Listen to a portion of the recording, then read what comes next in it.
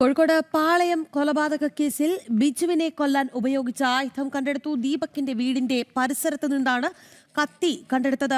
ആയുധം ഫോറൻസിക് പരിശോധനയ്ക്കായി നൽകി. തെളിവെടുപ്പ് പൂർത്തിയാക്കി പ്രതി ദീപകിനെ തിരികെ കോടതിയിൽ ഹാജരാക്കി. വിവരങ്ങളുമായി അനഘ ഹർഷൻ ചേരുകയാണ്. അനഘ, പറയൂ വിവരങ്ങൾ. കോഴിക്കോട് പാളയം കൊലപാതക കേസിലാണ് ബിജുവിനെ കൊല്ലാൻ ഉപയോഗിച്ച ആയുധം കണ്ടെടുത്തു എന്നുള്ള അപ്ഡേറ്റ് ഈ മണിക്കൂറിൽ വരുന്നത്. ദീപകിന്റെ വീടിന്റെ പരിസരത്ത് നിന്നാണ് കത്തി കണ്ടെടുത്തിരിക്കുന്നത്. അനഘ നൽകും കൂടുതൽ വിവരങ്ങൾ. അനഘ, പറയൂ വിശദാംശങ്ങൾ. രാഖി, അല്പം മുമ്പാണ് ഈ ബിജുവിനെ കൊലപ്പെടുത്തിയ പ്രതിയായിട്ടുള്ള ഈ ദീപകിനെ ഈ കൊലപാതകം നടന്ന പാളയത്ത് എത്തിച്ചത്.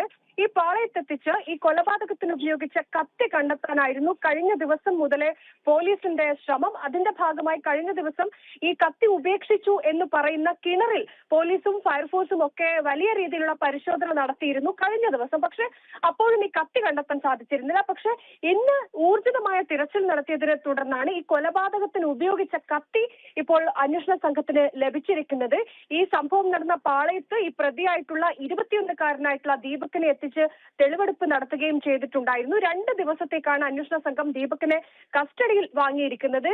ഇന്നത്തോടെ കസ്റ്റഡി കാലാവധി കഴിയുകയും ചെയ്യും. അതുകൊണ്ട് തന്നെ ഈ തെളിവെടുപ്പ് പൂർത്തിയാക്കി ദീപകിനെ വീണ്ടും കോടതിയിൽ ഹാജരാക്കുകയും ചെയ്തിട്ടുണ്ട്.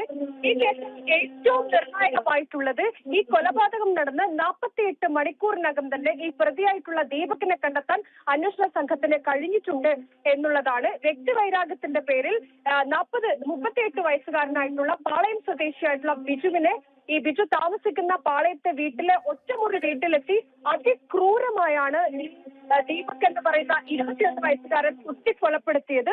ഈ ബിജുവിന്റെ ശരീരത്തിൽ 48 മുറിവുകളാണ് കണ്ടെത്തിയത്. മുഖത്തും ശരീരത്തിലും ഒക്കെ തന്നെ അതിക്രൂരമായി പരിക്കേൽപ്പിക്കുകയും ചെയ്തിട്ടുണ്ടായിരുന്നു. കഴുത്തിനും അതുപോലെ നെഞ്ചിലും ഏറ്റ മുറിവാണ് മരണകാരണമെന്ന് പോസ്റ്റ്മോർട്ടം റിപ്പോർട്ടിലും പറയുകയും ചെയ്തിട്ടുണ്ട്. രാഖി, ശരി അനഘ.